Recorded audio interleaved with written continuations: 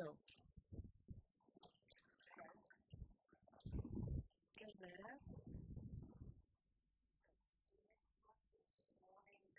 Another very partner.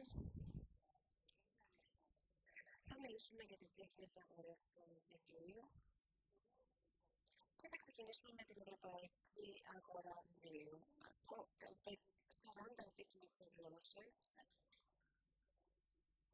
in economical theory che è para tiene teóricas soluções práticas. Mas não são all other European languages put together, and this is reflected on the program. In discussion, Elisa Diallo, Human Rights Director at Fisher, Gabriela Panager, Human Rights Manager at Massey, both publishers, not the ladies, but the publishers over 120 and over 110 years, with, of course, very famous French, German, and international authors.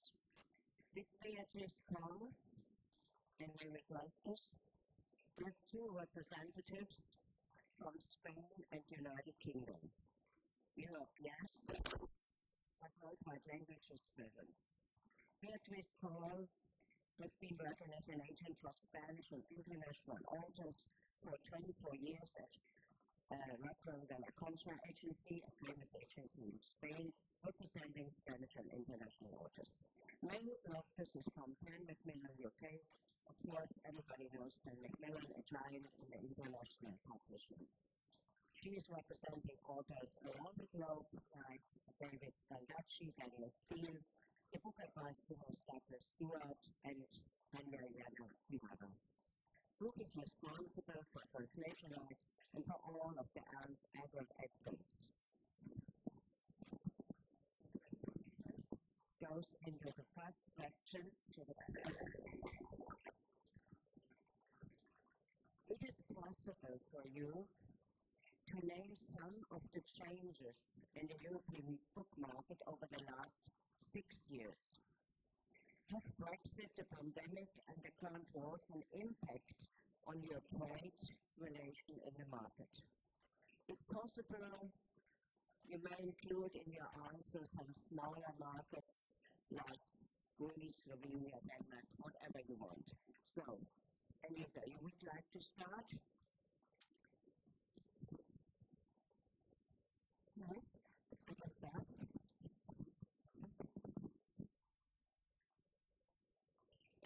Yeah, it's not an easy question because I find it difficult to identify trends actually in what we do. It's all every day is different, and we do it's quite constant. So just for the big picture, it was presented as as one of the leading publishing houses in Germany. We are a total of about 200 employees, and we publish about 300 to 350 titles a year across all genres, from very literary to romance. We started out with romance, fantasy, commercial fiction, popular non-fiction, very serious non-fiction. We do about everything, and we represent the rights of our German authors mainly, sometimes also international authors. And yes, German literature is not the most sold internationally. It's not the strongest literature on the international book market. I think it's one of the, in France, for example, I think it's number 4 or 5 or something of translated languages after English, of course, and Italian and Spanish and Japanese for the language artists. Yes, so what we do is trying to promote our German authors internationally, which is hard work, and I would say we are very much dependent on the passion and literary interest of publishers out there, so not very much depending on commercial or political situation. We are very much somewhere above in the literary world where publishers keep buying and translating books, whatever happens.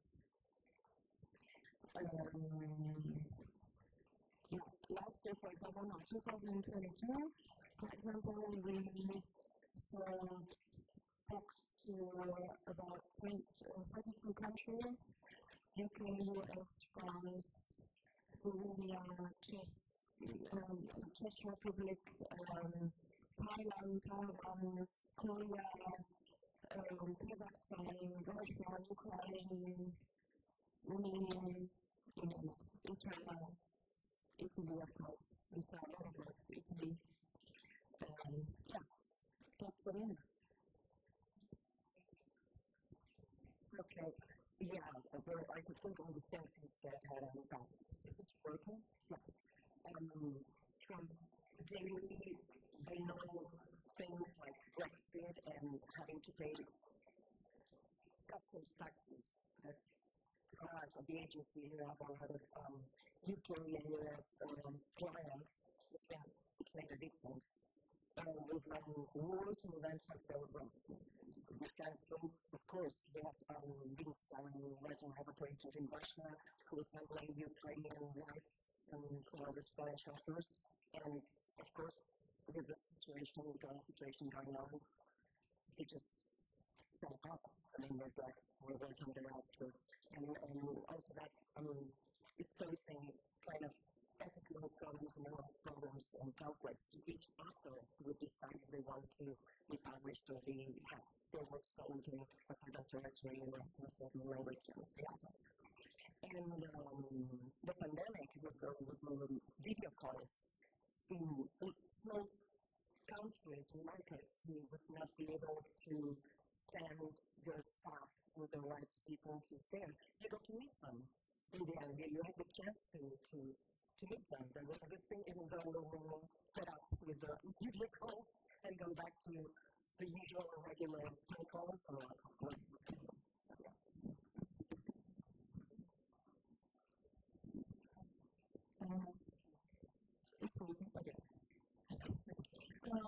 I agree with you, and I maybe should add that since the pandemic, we had a very, very good year in 2021, and we're very fortunate because I have the impression that French literature is very appreciated all over the world, but still, we had a very rough year in 2022, and I have the impression that after the pandemic, international market has been slower in big markets and more especially in smaller markets. And I have one number, for example, foreign rights of French titles have fallen by 13% in 2022 compared to 2021. So we have to see the detail of this number, but yes, that's quite worrying, and I really saw a change since the pandemic, really. I don't know if you feel this impression, but it's quite worrying, actually. Thank you very much, and Mary? Yeah, I think in the UK we're facing all the same challenges that the others have talked about. But I would kind of like to offer maybe like a slightly optimistic view of how recent events in the last few years have changed things. So in the UK government placed economic sanctions on Russia, which means that we're not able to sell foreign rights to Russian companies at all because we can't accept money that comes in from Russia. So that, at the start of 2022, that was a concern for us in the Foreign Department about how we were going to potentially replace that income. And I felt quite confident that that income would be replaced by income from other markets. What I didn't expect was that it would produce an almost exponential uptick in direct sales to Ukraine, because I think we were all expecting Ukrainian publishers to kind of down their tools as they were, fighting for their lives.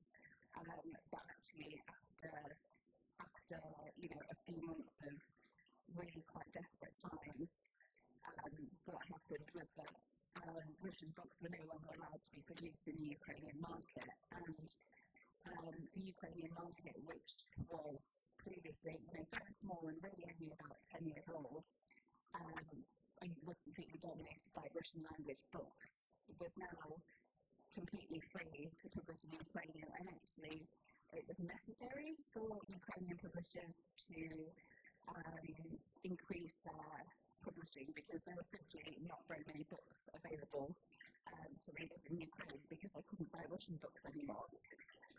And so a really positive effect of a truly, truly devastating conflict that is still ongoing is that we have been able to certainly increase our sales to our Ukrainian partners and form better and stronger relationships with them. So I think it really does feel like desperate times a lot of the time, but I think this is a real source of optimism for me in my work, and it feels like this, as Ukraine. I mean, we don't know how long this war is going to last, of course, but there will come a point at which Ukraine is able to, build back better, if that's a terrible phrase to use. But I think how dynamic the current market is a really optimistic sign of things to come. And I think, in a few years, hopefully as few years as possible, we might be looking at Ukraine as, what was once a very, very small market. I hope that it can become, in the next few years, perhaps a medium-sized market in terms of translation rights from English to Ukrainian. So that's my optimistic take.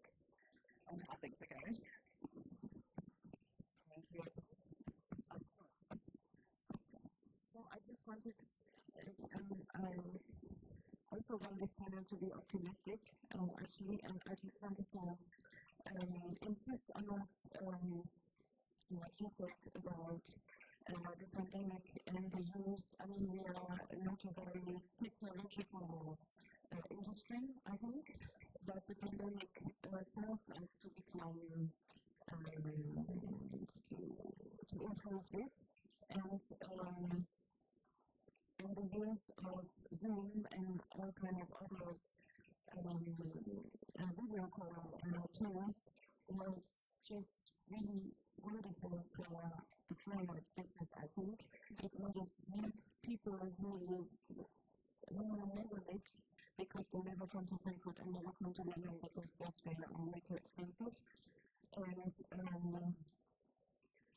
this is, I feel like this has started a real, like a true globalization of our industry, which I'm really happy about. And his signature, something that really was his signature. I mean, in my territories, everybody was like really cautious and suspicious and didn't want to commit to it. But we know that, I mean, we have to really immerse ourselves and make it happen. And so you have contracts done, which is what you want if you're business and who can really behind all the ones that it is interesting.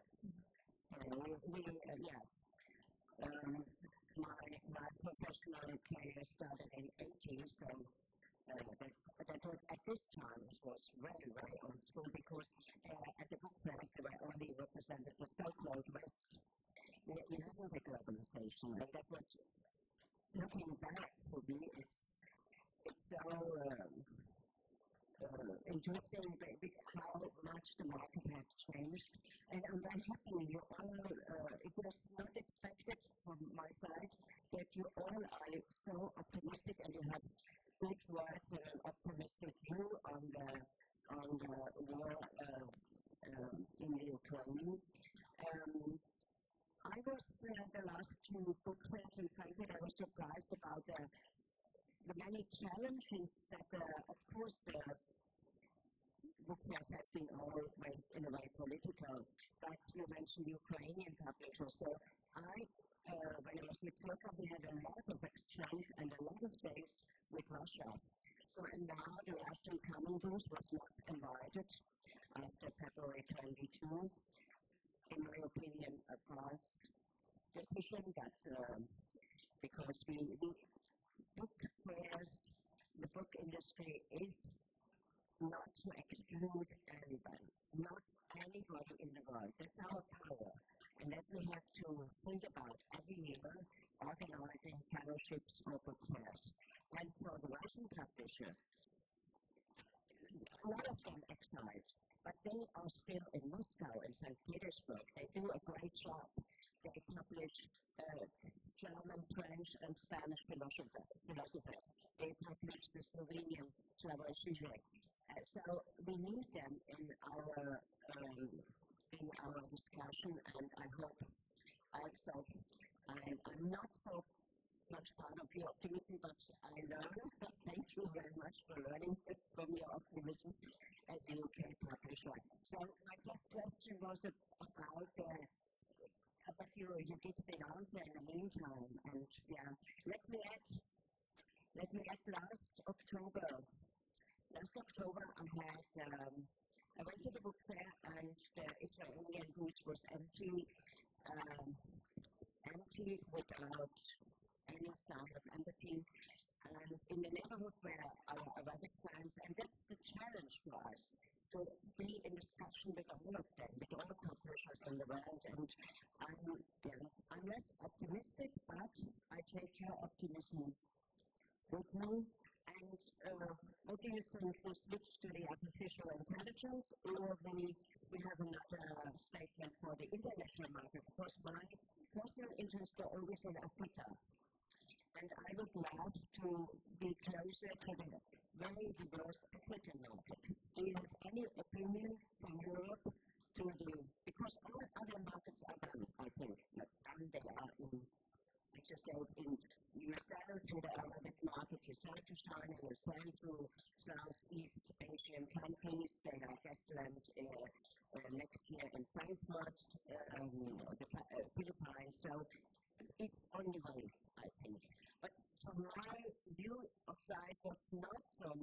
way are the African publishers.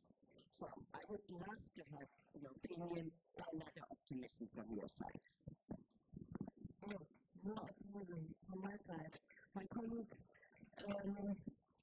work with the foreign departments, and especially went to attend the book fair in Shanghai last October, September, I don't know when it was, last year, November, thank you. And that was quite a lot of, especially Western African publishers. So it's true, Africa is a bit of the blind spot of our industry. It is considered an export market for a lot of French publishers looking at you, and UK publishers, with a lot of, there are, I think, discussions just starting. I think at the fair in Brussels, last April, there were meetings between big French publishers and not so big Western African publishers trying to develop new models of collaboration. So not the French publishers dumping their books on the African market at prices that the local population cannot afford, but licensing books with, to my knowledge, French publishers are still very reluctant to do, but the conversations started, and there are publishers in Senegal, in Guinea, in Ivory Coast, working, traveling, organizing book fairs, and I think in 5 years from now we will have a different market again. And when I look back on 20 years, 40 years, I hope, when life's experience, then I will be here talking about back then Africa was not present and what it is now. Okay, something to what you just said, you're totally right, and I know a little bit more in the region of North Africa, in my work, where there will be Arabic language rights, so I will license Arabic language French titles for their Arabic position. But at the same time, it's something that we usually do is that the northern African countries will license the rights for their own French edition, domestic edition, which will be cheaper for the readers to sell. And but yes, I totally agree. Southern Africa is a blind spot of our business, and it would be very interesting to expand there and to celebrate in their own languages and not only in English or in French. Yeah, totally agree. From the Spanish language perspective, we as Americans with the Spanish language authors, but some of them are Portuguese as well. We, as you mentioned, work in northern Africa and in Arabic, so we sell rights for the Arabic language mainly. The rest of Sub-Saharan Africa is a blind spot for us, except for the Portuguese-speaking countries like Angola and Mozambique. Cabo Verde as well, but again, they're weak.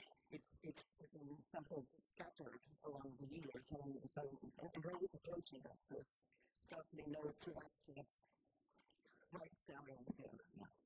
It's for me, it's astonishing that we tried since 20 years to come to the African market, to roll out Kiswahili, and of course the English language in South Africa. But it's the structures are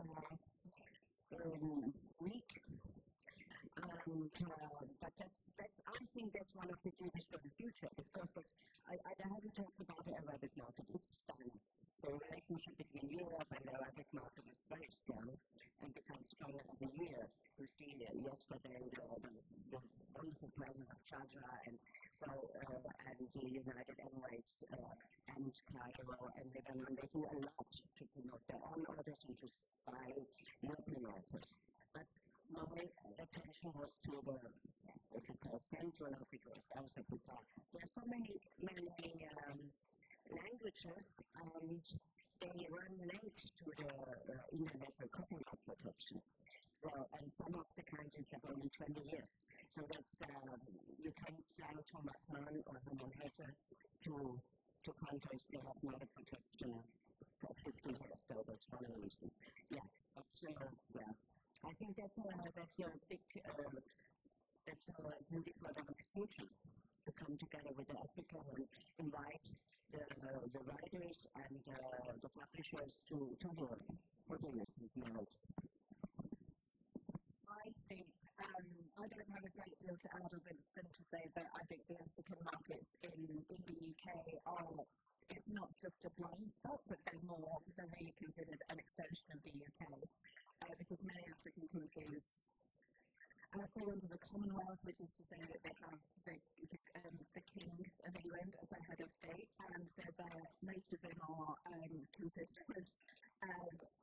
sort of part of the United Kingdom, and they're usually included in our granted territories when they're granted UK and Commonwealth rights. So I think it would. I think it's something that we absolutely need to think about all UK publishers and agents. And I think I regret to say that it's something that I don't think any of us think about very much. But I only really speak for myself.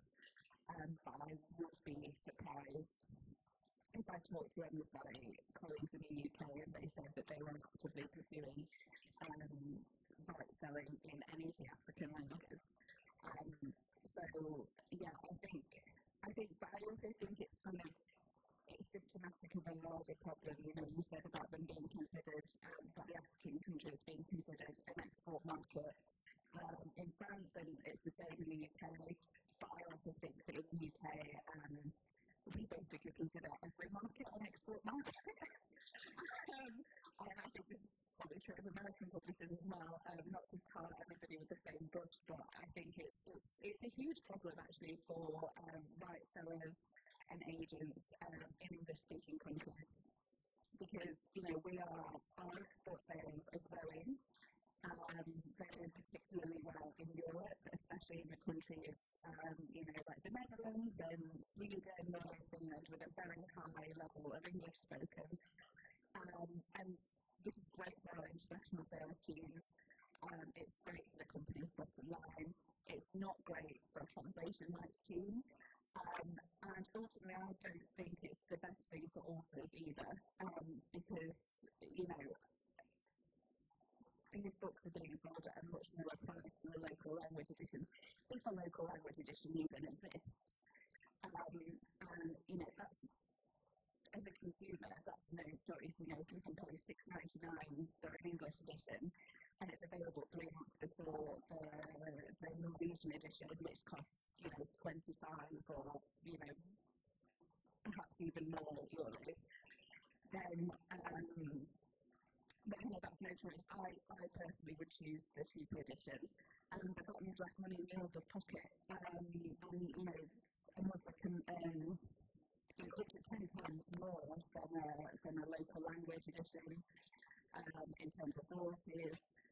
Also, I believe that the best people to publish in a certain country are the publishers who are based in that country and have the power to market and to really engage their sales teams. I'm not saying that our international sales teams don't do a great job, because they evidently do.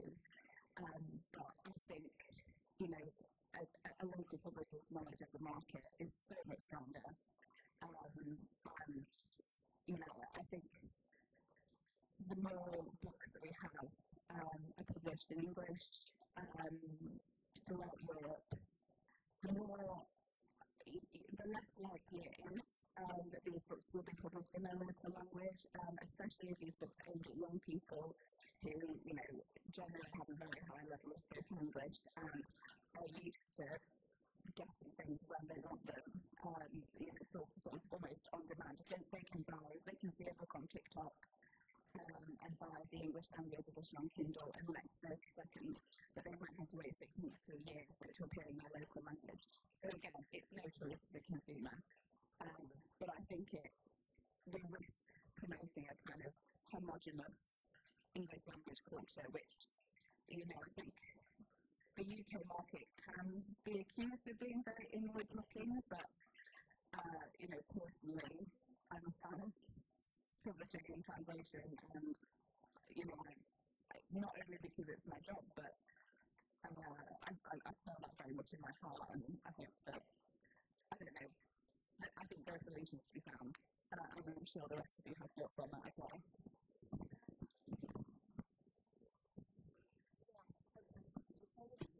It's becoming worse and worse. I just was in my conversations with international colleagues about the problem that become in small territories like the Netherlands, but it's not new. I remember, I think maybe somebody in the audience can remember if it was Paul Auster, the case of Paul Auster, the Spanish publisher, that when he had one of his novels come out, his Danish publisher asked him, begged him, can we publish his work just like a couple of days or one day, and he graciously granted that. So yes, of course, because the English proficiency of the Danish population would set aside the translated version of it. In my country, we have it with the other state languages like Basque, Galician, and Catalan. And if the Catalan publisher wants to publish, they have to coordinate coordinate with the Spanish language, even though the population is perfect and absolutely bilingual. But they have to coordinate the written price and everything, or they can choose if they want the original, the translation in Catalan and in Spanish. So it's not new, but it's becoming. I had one of my clients, a big corporation, I don't say the name. They told me the other day, this was France, not Colombia, that their Dutch Norwegian told them that her daughters, their teenagers, told them, Dutch is stupid.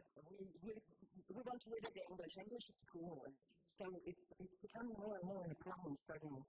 They don't use the English proficiency of the population, and the German culture is telling me that the age is not even growing. So we have been protective of this for a long time because the German English proficiency was not as good as high as it was in the Netherlands or in Scandinavia, but it's coming because of the also my son saying 17 and he told me never ever to buy a book translated again because and it was in English anyway, so yeah, I think between 2020 and 2021 there was an increase of 27% in the German markets of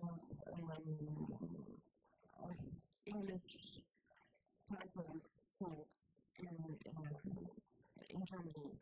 So this is something we are talking about. We are thinking about also talking with UK publishers. I think it's more of a problem for UK publishers than it is for US publishers. Can go and but I think the UK publishers are looking at the big German markets, biggest in Europe, and thinking, it's an interesting export market. It is a problem for translation, for foreign rights schemes, but I think that the publishers in the overall are happy to consider Germany as an export market. But we are not happy. So we are talking also about licensing models and ways to, everybody wins from this new situation. And again, to be optimistic, I have to say, I've heard several times now in the past year from Dutch publishers or Scandinavian publishers that they are actually now looking for other languages to translate from. So the German, for example. So this is like, I don't know, I'm also thinking maybe in 5 years' time from now we will think that this was the starting point of more translation from more languages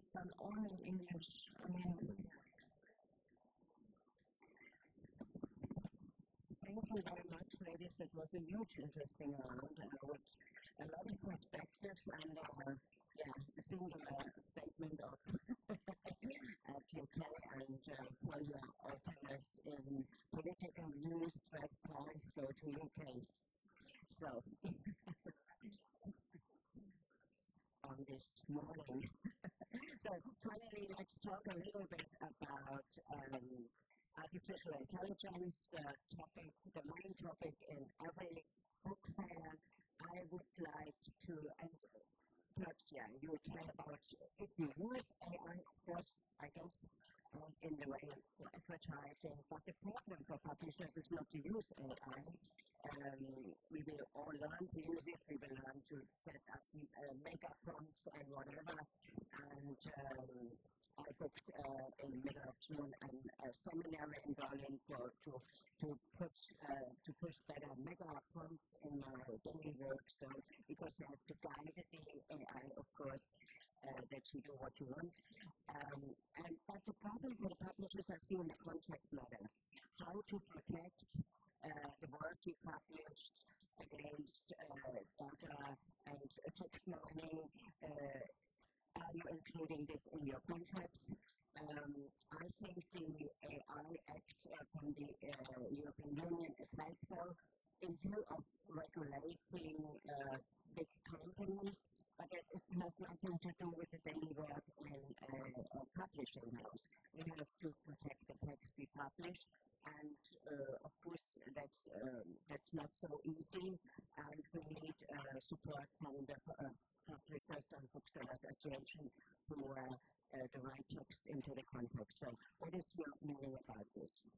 I'm going to start because, I'm speaking from my own experience, from my own impression, but I think that in the publishing world in France, or maybe only in the UK, we are still like figuring out what AI will mean for our work and for our business, and I think we are quite cautious and quite fearful, and we are figuring out what this will change and what are the dangers of it. Like, we have talked about the protection of the copyright and also author's rights, but also the translating process. Like, is it from a translator? Is the translator using AI? And it's very important because our work as foreign rights lawyers is also to guarantee that the translation, the end of our contract and our thing will be the best quality possible. So I think that in our case we're very cautious and not very concerned about this issue.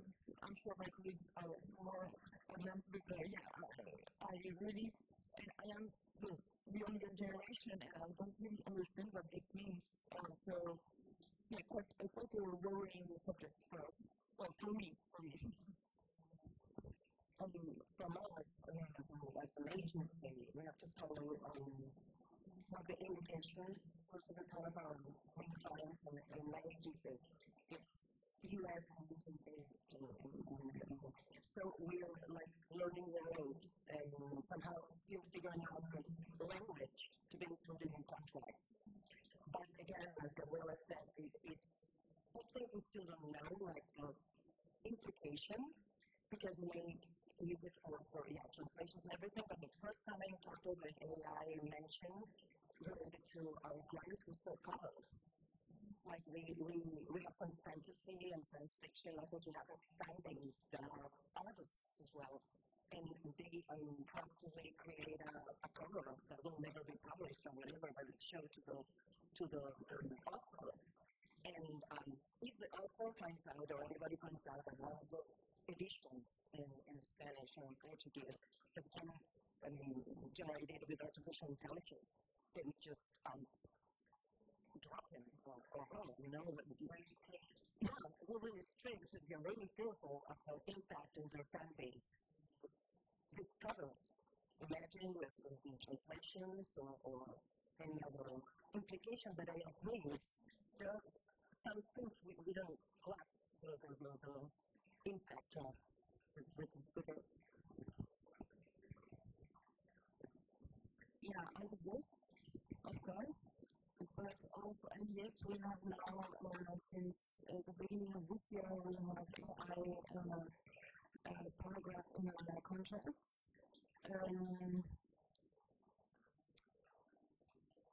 On the other hand, AI, especially when it comes to translation, also is also a very powerful tool as it becomes better and better every day.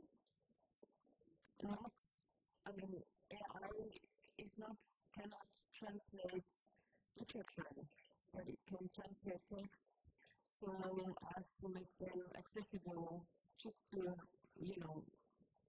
get a sense of what is in the book.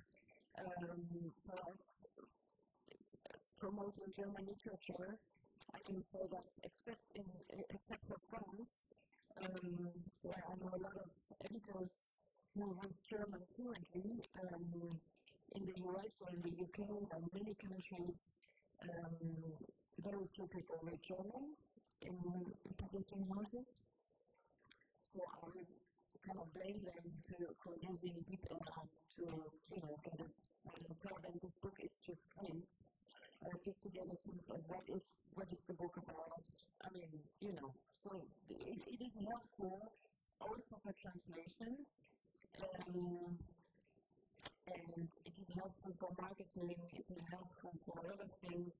It makes us, it frees time for other things. So my personal take on AI is that I'm curious what it will bring, and also quite optimistic that we don't let the thing escape us, but just use it without being too afraid. I think I talked to somebody about it yesterday. I heard a very good analogy, I think, from some philosopher about AI, and he said it's like a hammer. With your own hands, you cannot, what do you say, hammer or thing in the wall. So you take a hammer and it does it for you, but it's still your hand and your attention. It's a tool.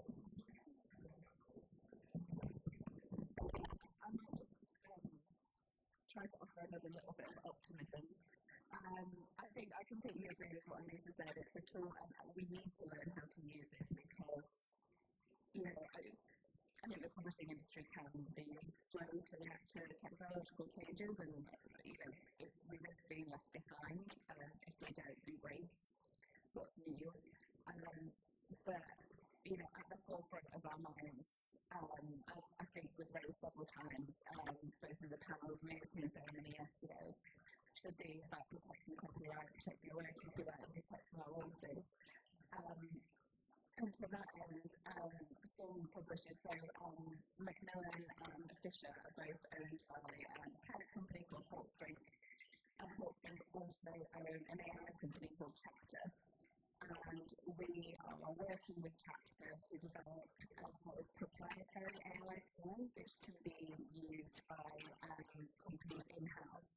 And the main idea behind using something like this and not something like ChatGPT, which, is far less regulated, is that it's something that we can control and it's something that can be used in a more safe way, which with the ultimate goal of protecting any work done by our authors and also anything generated by our staff in-house. So I think I think Penguin Random House are also developing a similar tool, and perhaps some of the other publishers, I'm not sure, but I read that Penguin Random House are developing something similar. So that, to me, it feels like a good way to start, and it feels like a safe way to experiment with AI and learn how to harness it in a way that is not harmful and kind of, we have all these guidelines around AI and that, it's not to be used to, well, I can't quote the guidelines exactly, but, it's a kind of person-first approach, so really we use it for inspiration and to kind of help us with ideas that we've already generated. But it's not about, feeding in the work of authors, and it's certainly not about using our authors' work to train large language models. So it's about finding ways to experiment with it, to learn from it, but while also very carefully considering the ethical and moral and legal complications. We've also asked that, the EU has recently passed some legislation about the regulation of AI. The UK is obviously not bound by EU law anymore. So I think we're also waiting for, our governments to make decisions, and to what extent they will protect publishers and protect copyright is yet to be determined. But we have to be in those conversations as publishers and as agents in order to make sure we get the resolutions that protect our copyright and, most importantly, our authors. Thank you so much. Yeah, that's a big step for us. Something for the contract work, and we are at the beginning. So I think these 4 fellows from this year also program right and up this morning with their experience in the actual publishing licensing. And I would like to have 5 minutes for the public if somebody would like to have a question to the 4 fellows about their work, about AI, whatever you have in mind. Or you have another meaning about the global market, or I don't know. No? If not. So I think it was when I said that the ladies brightened up this morning, there was very clear statements about the future of the publishing. I was very surprised about your view in the future. Not surprised because it's yourself, you do this, but all the time, I'm happy because before this panel, I see more problems. So, and that's also a good sign for the audience. And let's still work together for the authors that we represent and the countries we represent, and let's do together. Nobody can exclude. Thank you very much. Thank you very much.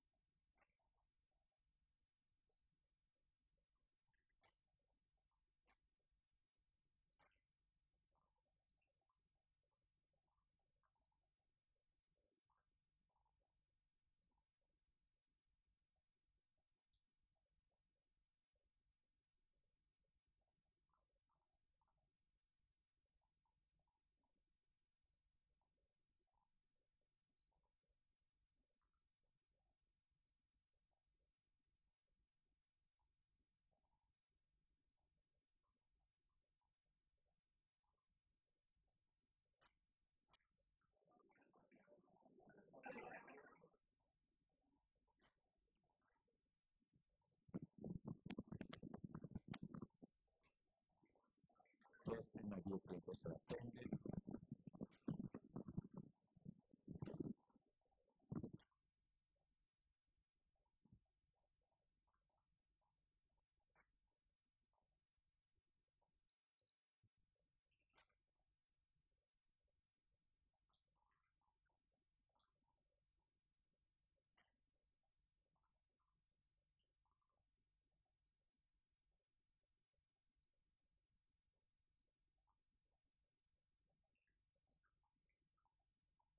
Se aprende circular, porque en la década digamos que sana teoría que se aprende, pues la opción en la roca, en la roca, en la tía. Está aquí, por qué aquí? Hasta como está, ¿vale? Sana teoría que se aprende.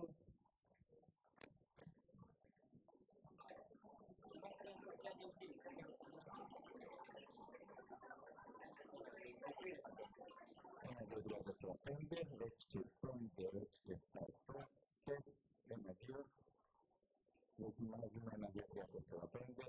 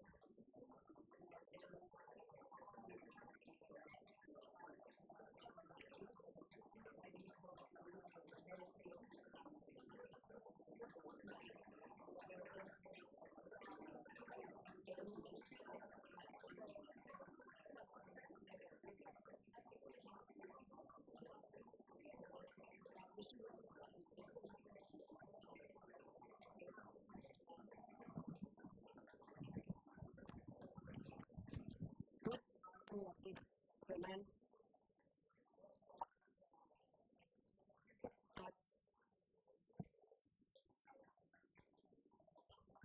So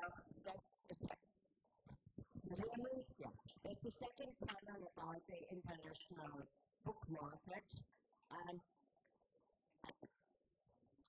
the next round will take place with group senior representatives from independent publishers group based in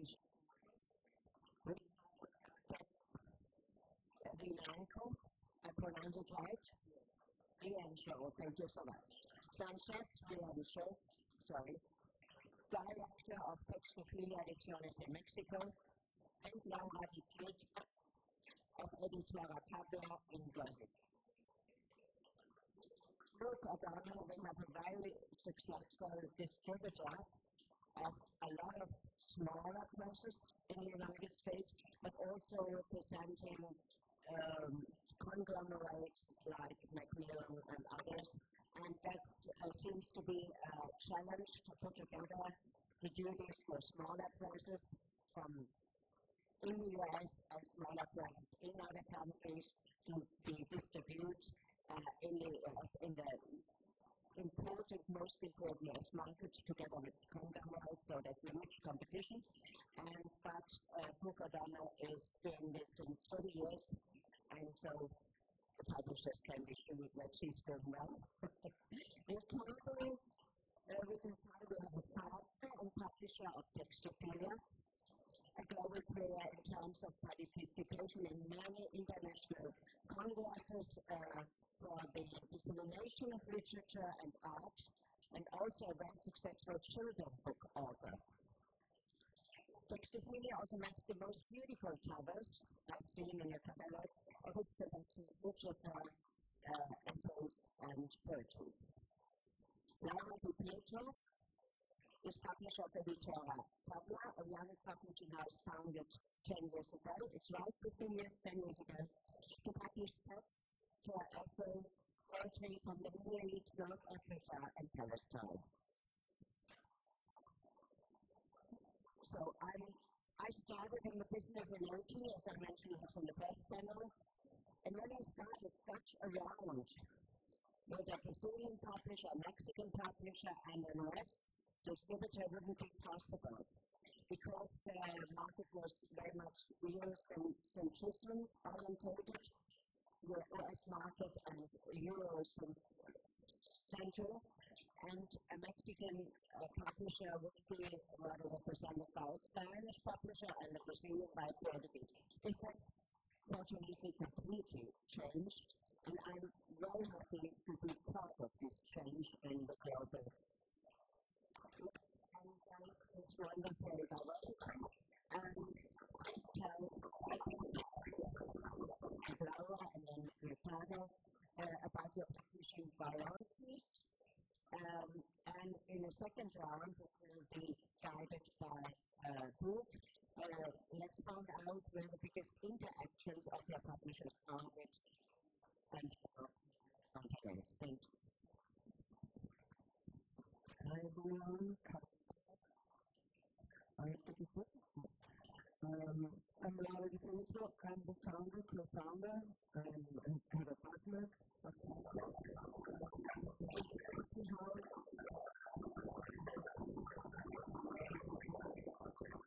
Africa, Middle East, and its echoes in the world, diaspora, and all this. We had a publishing house like 15 years ago, and we just started Tabla, let's say, with a catalog, our dream catalog, which was translated from Arabic and Turkish and Farsi. It's a very new thing. It started in 2020, together with the pandemic. So it wasn't very interesting moment. And with this meeting, it was a huge gap, I think, in Brazil. Brazil will have like 14 million people descending from Arabic countries. And but at the same way, we didn't have the language, it wasn't preserved. So all the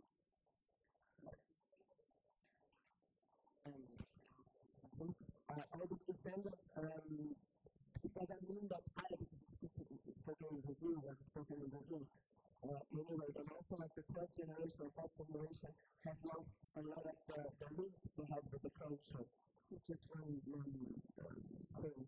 But there was a huge gap in 30 years from 1992 to now, let's say, the event of Tabla, which I think is the most famous event.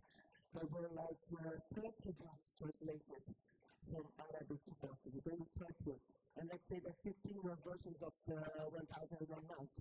So it was very few. And since we enjoyed very much this culture, we've been traveling all around since I was very young. And we said that we have to build up something, we have to bring that originality. Also, we wanted very much to have a more authentic, diverse, and fair narrative about this part of the world. Specifically, so massacred by Russia and all that we know. We think it was very important to have this. So for 10 years, we've been building up how we're going to do this, how we're going to get together the influencers, a team to do this, how to be authentic, like to travel to these places and really know about it and really bring the voices. So we did like a background work before we launched the Tabla in 2020. So that's, and in 3-4 years, it's becoming a big thing. I don't know if we're going to talk about distribution and market, but the numbers are not so huge. Some numbers are becoming huge, but it's more like respect and people really paying attention and really very satisfied with it. Have to get to universities to get the attention of authors, teachers, students, and all the society. So in 5 years, we have a very, very good response, and we're very happy with the work, and we're trying to amplify. And also to have like Brazilian authors that are from the diaspora or that talk about doing something to the bridge with these countries. The whole idea is to create empathy and to open your mind and to create the idea of diversity. There's not one Arabic word or one word, whatever. There are many, many words, many ideas and many forms of living in this planet. So the whole idea was to bring this together to the public. So I'm happy with this project. Thank you. Thank you, Laura. Thank you for bringing you together in this panel. Of course, thank you to the Community Book Club for the invitation. Thank you to Elaine and to Natalie for all the team that is putting together this wonderful event. Well, for us, Expedition is a portion how we were founded 16 years ago. We mainly we have a lot of course, but we also try to bring other cultures as well. So like mentioning with Arabic culture and into our language. So we make translations from all over the world. We translate from languages like Arabic, Turkish, of course English, French, Italian, Portuguese. We have a big part of Portuguese for the first in our catalog. And the idea is, of course, and somehow the same as before, trying to connect with I'm thinking of I really it goes on like that. So we try to create somehow different cultures in our own, in a way to share and to connect with the possibility of knowing that there's more than speech and there's more than places. Somehow it's part of the mission of the company. Of course, after some time we decided to create our imprints and try to succeed and we have our commercial imprints, which brings revenue in a more efficient and easier way.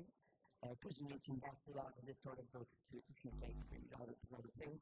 And we also publish children's and young adult titles, so we try to have a wider aspect about the way that we manage business and catalog. We mainly sell books in Mexico, but of course we're trying to build our presence through the entire Hispanic market, which is huge, and probably we're going to explore that later. So is quite complex, but we're present in about 20 different countries. And I thought it was also for the world, and we're trying to move forward with also the way that we managed to get out and to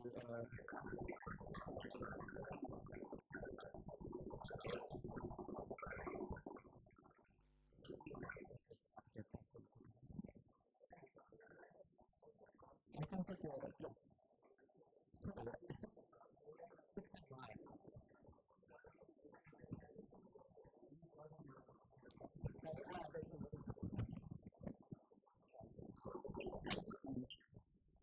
you know, the technical things are always so important. You have a notice and thank you. I didn't say thank you to anyone who mentioned discus. It's always important for us to have everything together in order to actually get the best of this chance. Well, rounding it up, we've been around for 2 years. We're trying to connect with different sorts of cultures. That's why I'm here right now, trying to find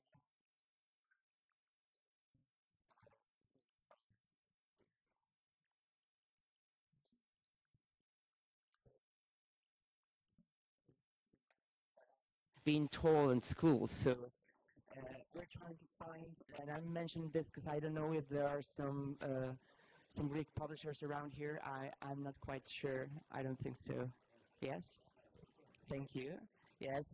I would love to approach you later to hear your points of view about contemporary Greek literature, because that's part of my job and things that we're trying to put together. And well, that's it, I think. I don't want to take much of the time, so we might be able to later chat and discuss between the three of us. Thank you, Laura and Ricardo. So we have, quite two global players, one for the language, one for the diversity of the market, and we would love to hear Brooke as a distributor for all those publishing houses, and then that's a very good proposal, Ricardo, to open later, because they are very different, the markets, but they have something in common, that's the future. So let's talk with Brooke, and she overtake a little bit. So it's interesting. Book distribution very much overlays with what most of you are doing at these conferences, selling rights. Independent Publishers Group has been around for 53 years. It was born to represent independent publishers who didn't individually have the size to get into the market. We're also a publisher, so we come to the table with an understanding of what it takes to get a book produced and on a shelf. 30 years ago already, we opened up our distribution model of representing publishers to publishers outside the U.S., predominantly English language, for obvious reasons. So UK, Australia, we've since moved into India, Southeast Asia, and curiously, a lot of other countries where publishers are realizing that if they produce an English language edition, they can sell it into the U.S. themselves and retain the identity of their publishing unit by selling through a distribution arrangement.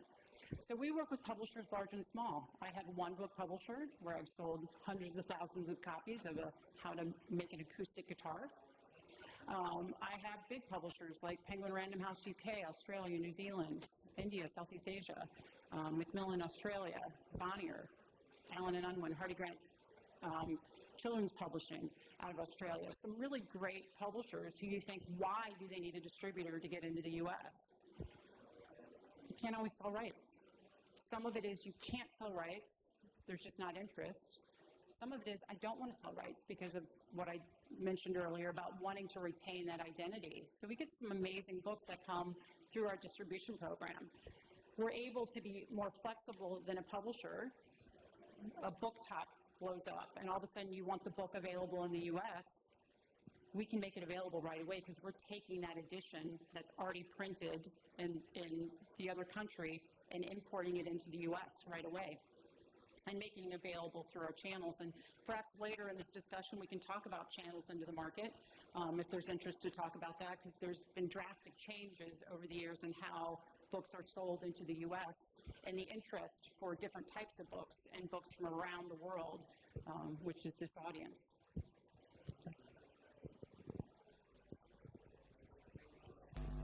So we have two topics on this panel, which is not so easy to combine. One is buying and selling rights, so your production, you buy rights from Palestinian authors directly or from Egyptian publisher, and you publish this in Brazilian Portuguese language, and you do the same for your Spanish market.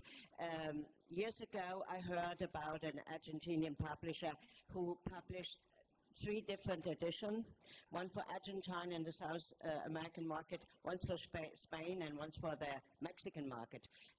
Perhaps you can tell us about more of this, and how do you sell in the United States? That was a little bit the topic of book, your Spanish edition or your English licenses. Thank you again for the question. Actually, in the Hispanic market, you might be able to sell the same book in all the territories. I mean, if you speak Spanish, you speak Spanish. But there are some tiny details, of course, in language that change between each one of the countries. At the same time, it's not just about the fact that that a book might be readable in other territories. It's more about the fact that it might be of the interest of the readers in other countries.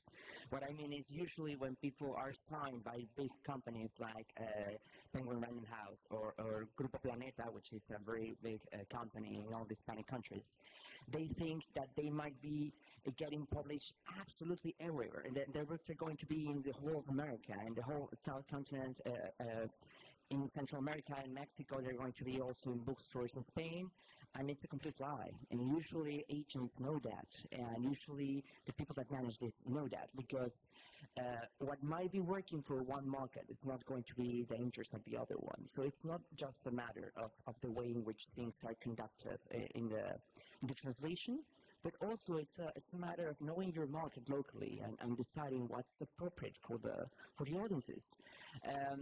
And when you want to bring something new that is not also challenging for the readers, it's just the fact that they might not be interested in it, you know? For instance, you were mentioning that Flores is specialized in Arabic culture in the translation into Portuguese. We are building up in that in the whole of the Hispanic market as well, because people are not used to finding, and they are not asking for Arabic writers to get rid of that. That's the whole truth. We have to create a conscience about that, and you have to work also in the part that it has to do with the press and the part that has to go out. I love the chat yesterday that gave the Tandem team, because they're trying to find new ways to connect with the readers. And I think that somehow when we have these discussions, we have to take our time to discuss more about these tiny details that are so important, distribution, and the way that people actually know that there's a book at the bookstore. It's so much more than just connecting and buying the rights. You have to do the actual job when you get back home. I usually do only 1 or 2 international events a year, because I love being around here, I love panels, I love chatting, but of course you have to put your head into what's happening with your titles.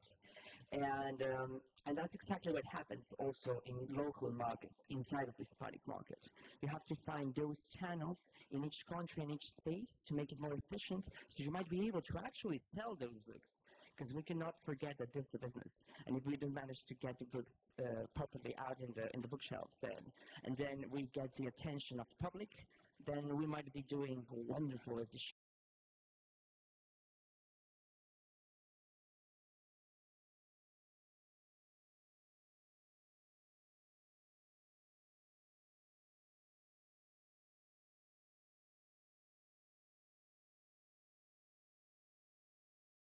And award-winning prizes, and having everything all set and ready.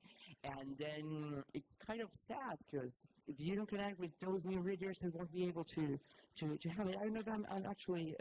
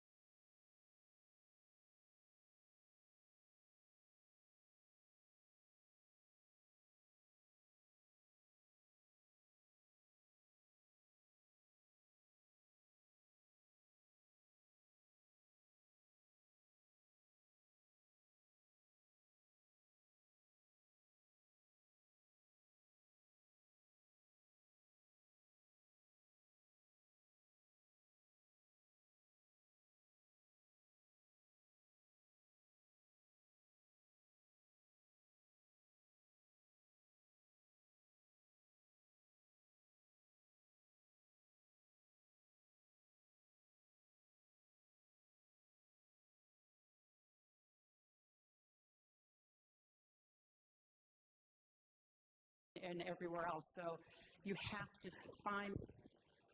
Yeah, of course, to bring the book to the reader, that's the most important job of every publisher in the world, and that's very diverse because you have to find a good distributor, and particularly in this so-called American market, which is not the American market, because it's very different, the situation in Mexico from Brazil and from the United States. Do you have any idea about the ebook market in your countries? It's growing, it's stable. What is doing the ebook in your market that may be interesting for the public? Yeah, I mean, ebooks are here. Obviously, they're not going anywhere.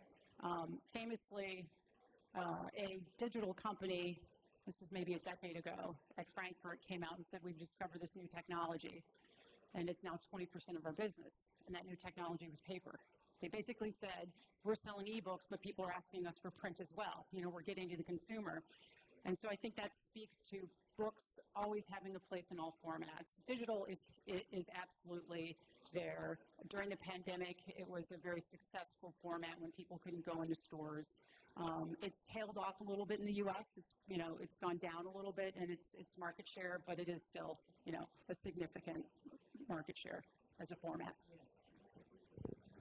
I think in Brazil, ebooks not a big thing, but what we are dealing with it as a publicity. We've been making even, let's say, ebooks for free 3 days, for example, and in strategy which we wanted to promote some book, and it really takes attention for the printed book. So in Brazil, ebook is not a big thing, but I think it's a very important tool. We are dealing with it in this way, mostly in this way. But now with all the situation, for example, we put a very important book for free because we wanted people to read it and we wanted people to engage. So we say a week you're going to have this book for free, and it was amazing. 26,000 people downloaded the books, and we our print run, we had to do 3-4 printed runs, and it's just sold. So we use a little bit ebook like a propaganda more than, because I don't think it's a strong market in Brazil. Not so strong.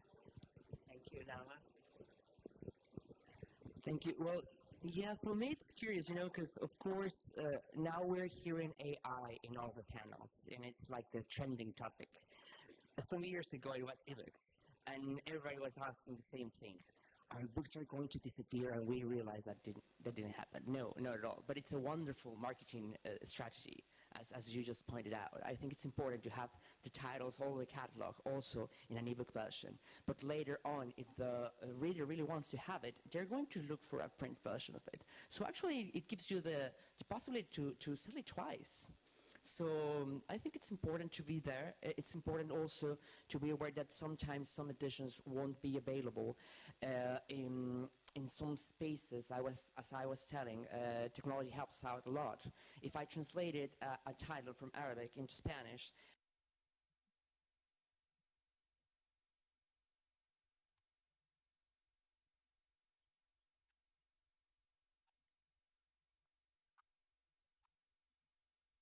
So much. Yeah, and of course, I'm happy to hear. Of course, we are publishers, and the printed book is our job since 1454.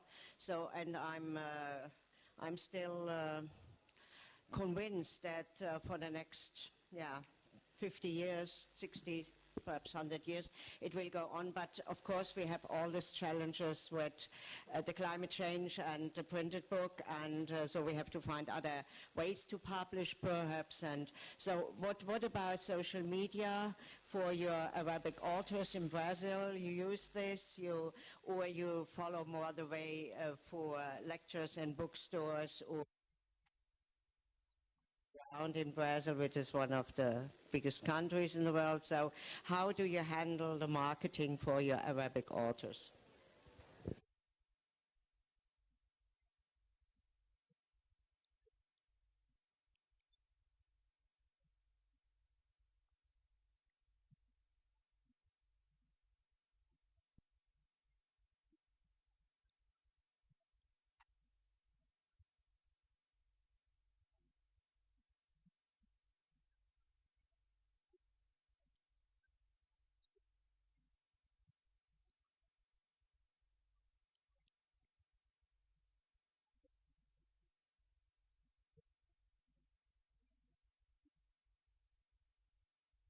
the pandemic times brought that you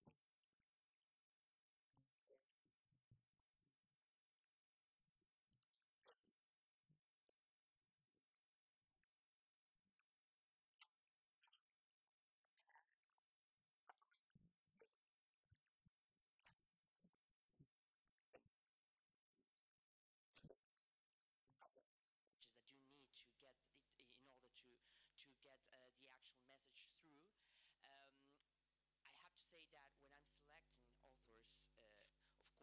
presence, it's a good thing for us.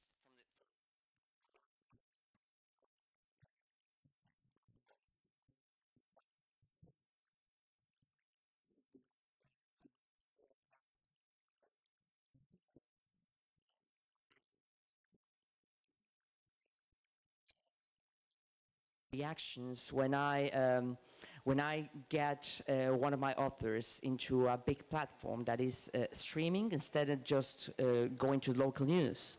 And maybe 20 years ago, of course, local news were huge. Nowadays, it's just something that looks good, I think, for a CV, but it's not really affecting on the on sales. So of course, you have to keep on that as well.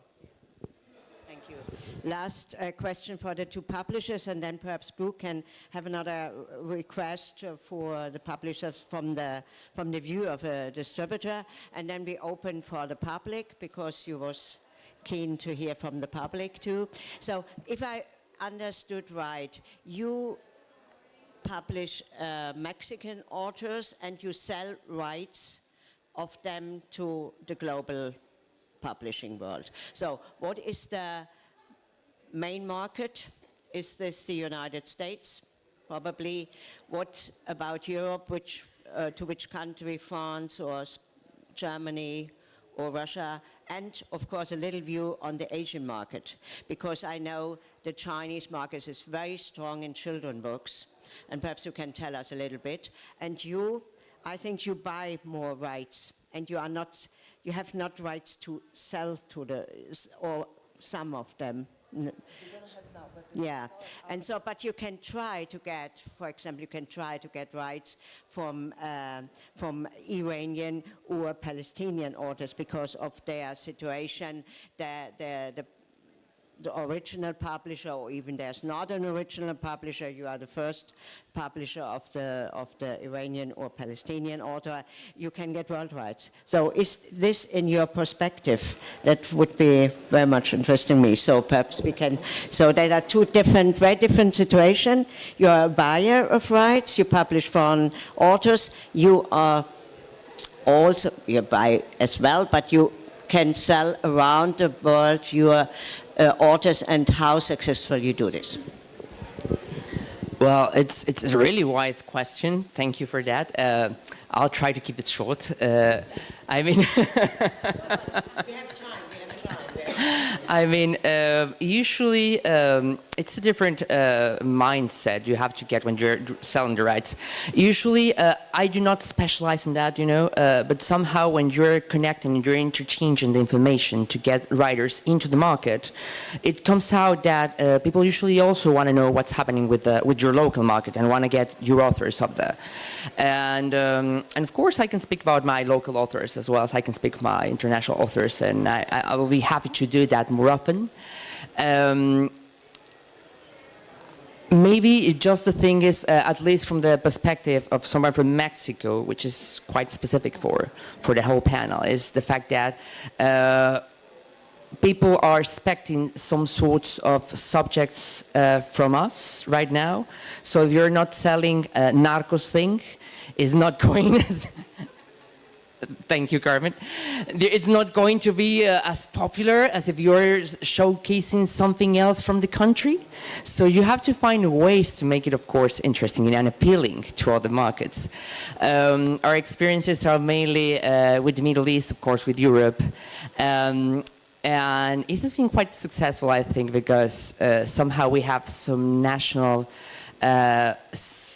signatures that might open up the path to other ones. You know, for instance, we've managed to translate this children's book about Frida Kahlo. And, well, Frida is Frida, and everybody knows Frida, so it's quite easy to move around.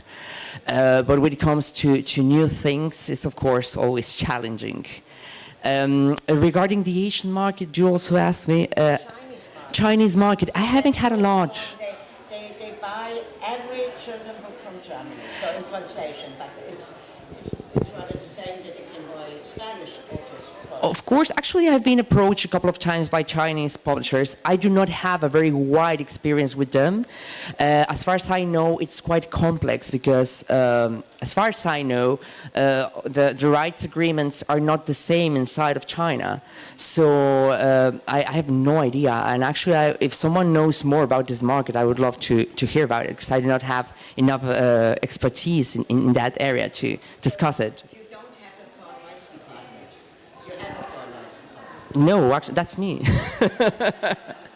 No, not especially. No. I usually buy more titles. I mean, I'm always promoting local writers because that's part of my job. I think that probably all of us, when we're traveling, we're kind of ambassadors of our own countries and kind of ambassadors of our own cultures.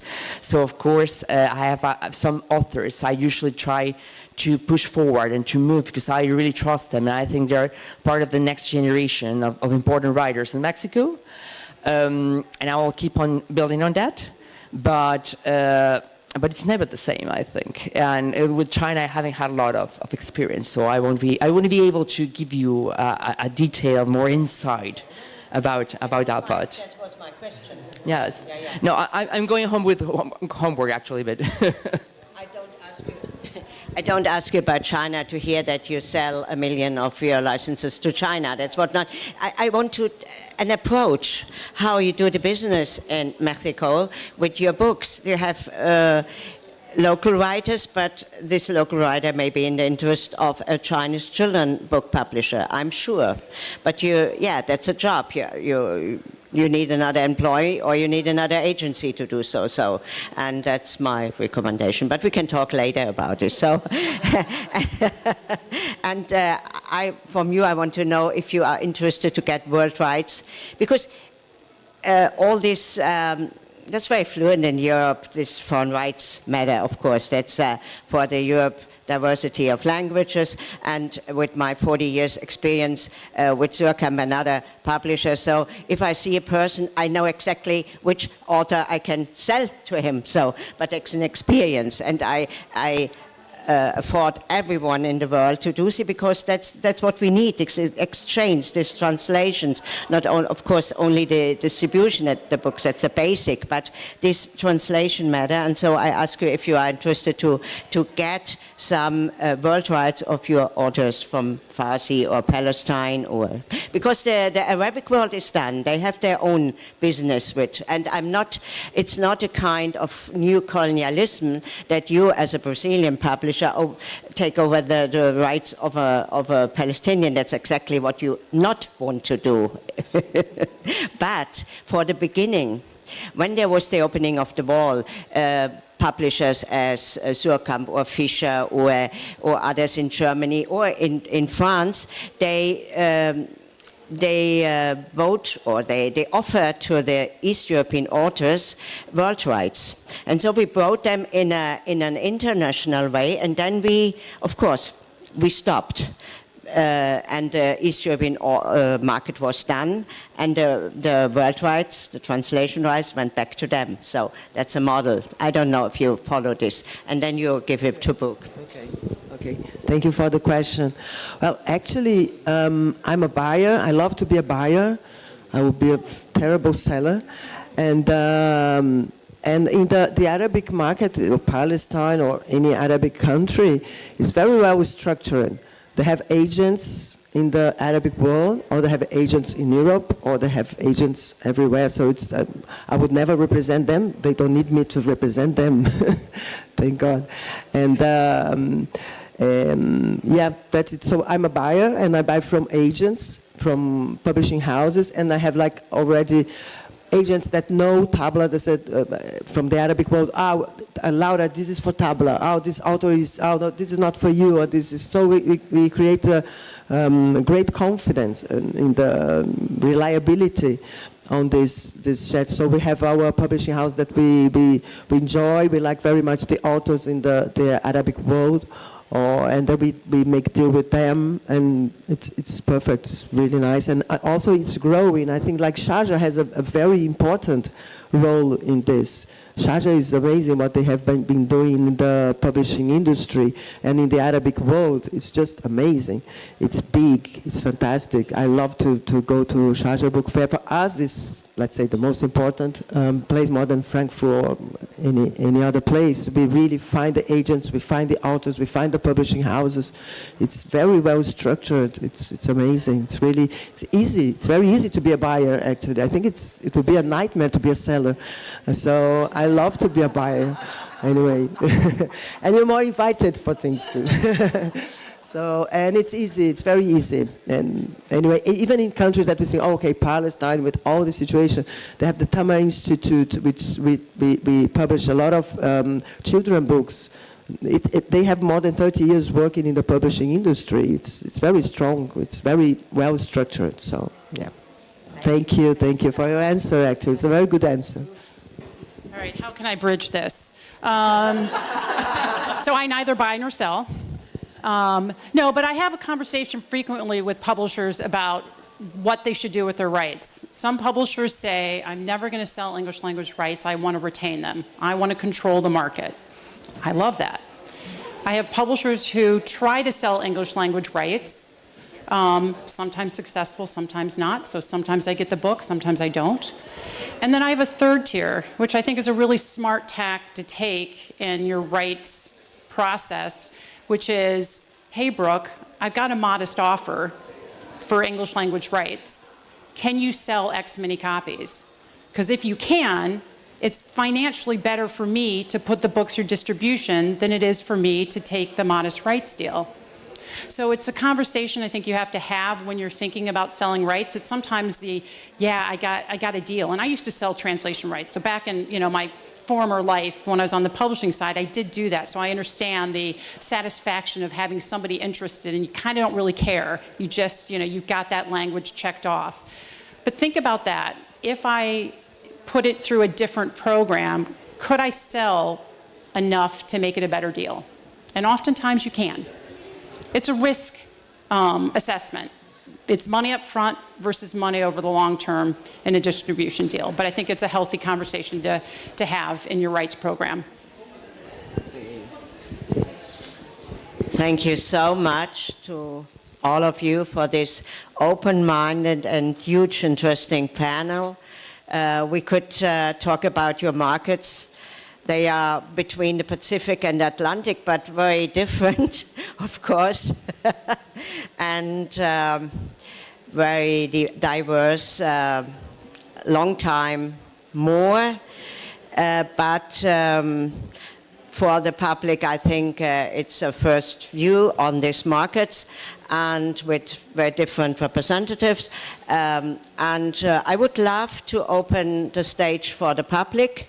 I hope you have some questions, or if you want to ask something other than I had in mind to the public or to each other, please feel free. So, thank you.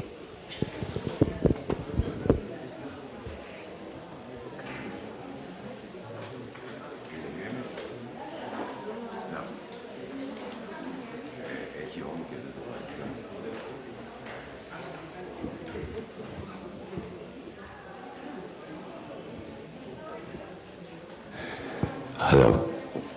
Now it works. Sorry, my voice in the morning comes out a bit bass. So, I'm a Greek publisher. We do translations into other languages of classical works of modern Greek literature. So my question relates to translation. To Ricardo, that the very specific question would be to, if you get, say, a Greek author translated by a Spanish translator, does it go directly to your market? Or do you need some, Spanish from Spain, does it work directly? Obviously it doesn't. Okay. And the same question goes to Laura. You get a translation into Portuguese by a Portuguese translator. Can you get it and sell it directly? And similarly, a question to Brooke. The US has a famously low percentage of translated books in the market. Does it actually make sense to try and enter that market with translated into English books? Do you stand a chance? These are my questions. Oh, sorry. There's definitely interest in translated work. We often get asked by our booksellers to make sure we have the translator listed in the metadata that they're getting. They want to know that it's who the translator is and what the original language is. That's very important in the context of selling the book. So I would say absolutely. And I don't know if I got the question, but yes, like we buy the rights, we translate directly from Greek to Portuguese. Actually, Tabla, one of our things is to translate from the original languages, be it French, Arabic, Turkish, Farsi, Greek. No, the question is actually a Portuguese translator. From Portugal, you're saying? Ah, okay. No, no. No. This is a very good question. I'll try to be brief. Portugal and Brazil, of course, is the same language, but it's very different. So if we have a Portuguese author, let's say Saramago in Brazil, of course we won't do any adaptation. Saramago is Saramago, it comes from a Portuguese author, it's fine. We hear the Portuguese voice. But we never take a translation because it will be so strange. Like, okay, this is an Arabic author, but it's speaking Portuguese from Portugal. So it's really strange. So we had once a situation like that with a Turkish author, but it was a very good translation for Portuguese Portugal. So we bought it, but we really had so much work, like with adaptation, linguistic adaptation, that it was a nightmare in a way. So it was a good lesson because we would never do it again. So yeah, this is a very good question. Thank you for the question.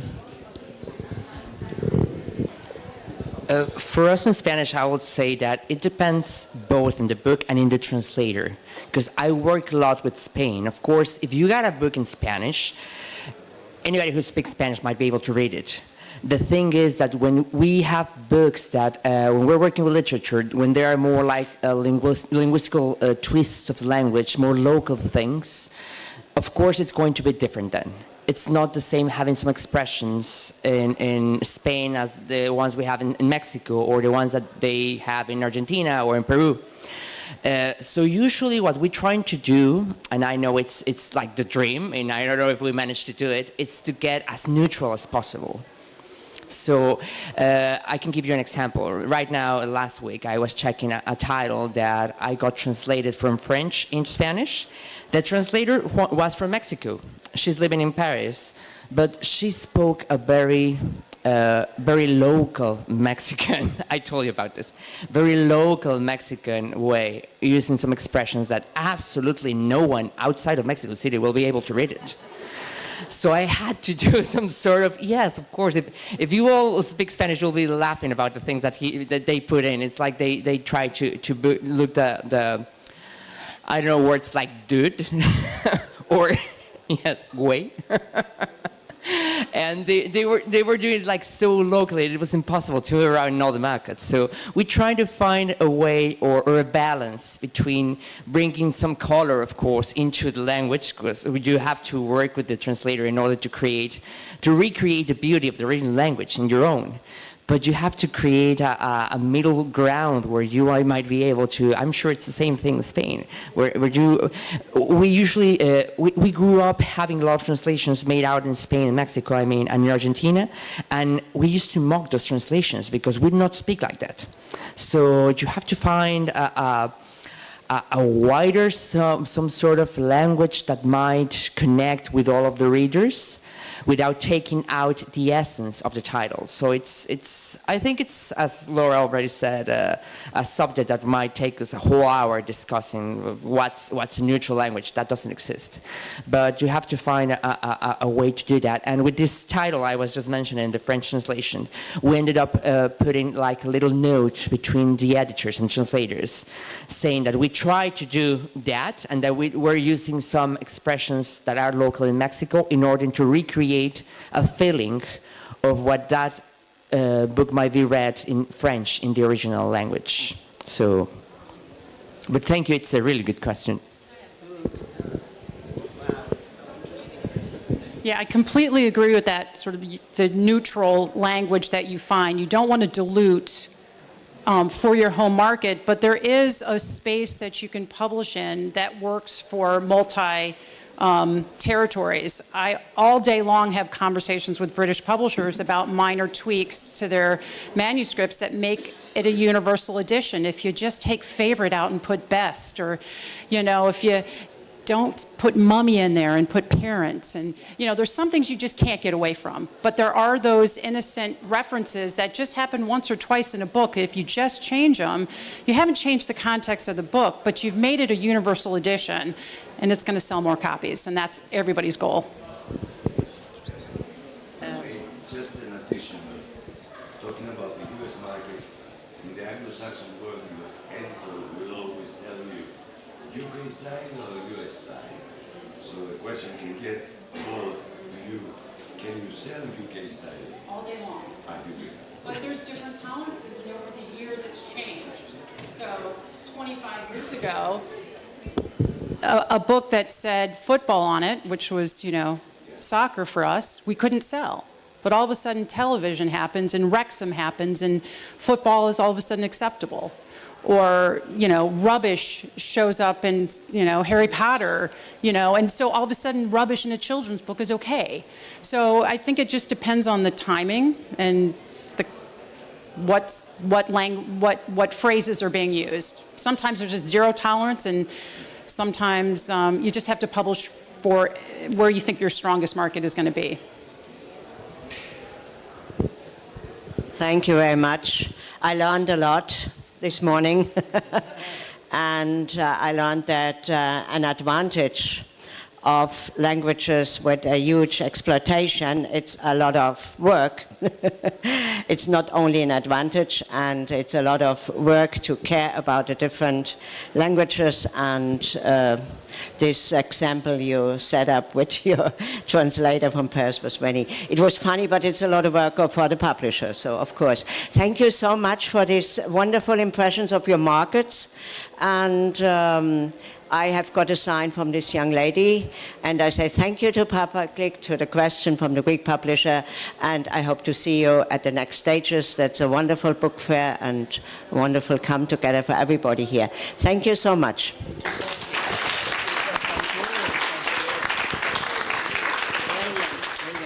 Thank you so much.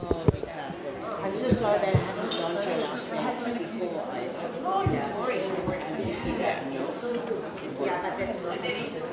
You got me regarded your name.